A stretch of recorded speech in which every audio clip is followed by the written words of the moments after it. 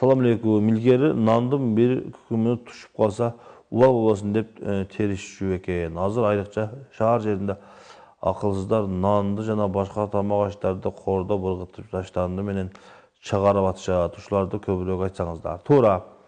Чындыгында биз эмнеге дегенде сиз айтканыңыз туура, мурун ушу нандын bir күкүмүн дагы түшүп калган болсо, ошо дасторкондон терип жеп, жада калса жерден болсо дагы терип жеп, же болбосо желбей турган болсо дагы аны чогултуп жерге ыргытпастан жаныбарга берип, же болбосо өзү жейт эле. Эмнеге дегенде биздин ошо чоң аталарыбыз, аксакалдарыбыз кыйынчылыктан өтүшкөн, ашкалыктан өтүшкөн, ошол нандын кадыр-бакын билишет эле. Бүгүнкү күндө нандын кадыр-бакы жеңил болуп калды. Көпчүлүк үйдө нан пышырбай калышты. Базардан даяр, магазинден даяр нанды алат дагы, нандын кантип пышканы, кантип келгени, канчалык кыйынчылыктан өткөнү кадыр-бакын билбей калды. Бул биринчиден. Экинчиден, Кудайга шүгүр, көпчүлүк адамдар, мен оюмча бүгүнкү күндө 99% адамдар курсагы ток, ачка калган адамды, мен мисалы үчүн нан таппай калган адам өтө эле аз да. Адамдардын курсагы ток. Ошондуктан бизге берилген нематтарды корголгон болсок,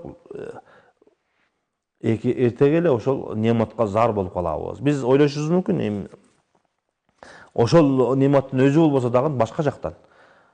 Алла Таалам Кур'ан Каримде айткандай, эгерде силер шүгүр кылсаңар, мен силерге ошол силерге берген нематтарды көбөйтүп берем дейт. Эгерде шүгүр кылгандыктын бир көрүнүшү ошол бизге берилген нематтарды сактагандыгыбыз, кор кылбай сактагандыгыбыз.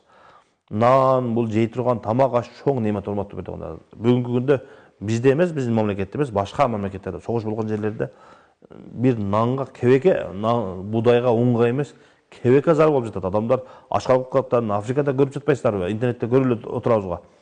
Жегенге нан эмес, суу жок. Адамдар суу жоктон өлүп жатат. Нан бери турсун, суу жок. Ошондуктан биз нанды дагы бизге берилген нематтардын эч кимисини кор кылбастан, мусорго ыргытпастан этият кылышыбыз керек. Алла Таалам ар бирибизге данышпандыкты берсин, ушул бизге берилген нематтарды сактайлык, кор кылбайлык деп айтат элем.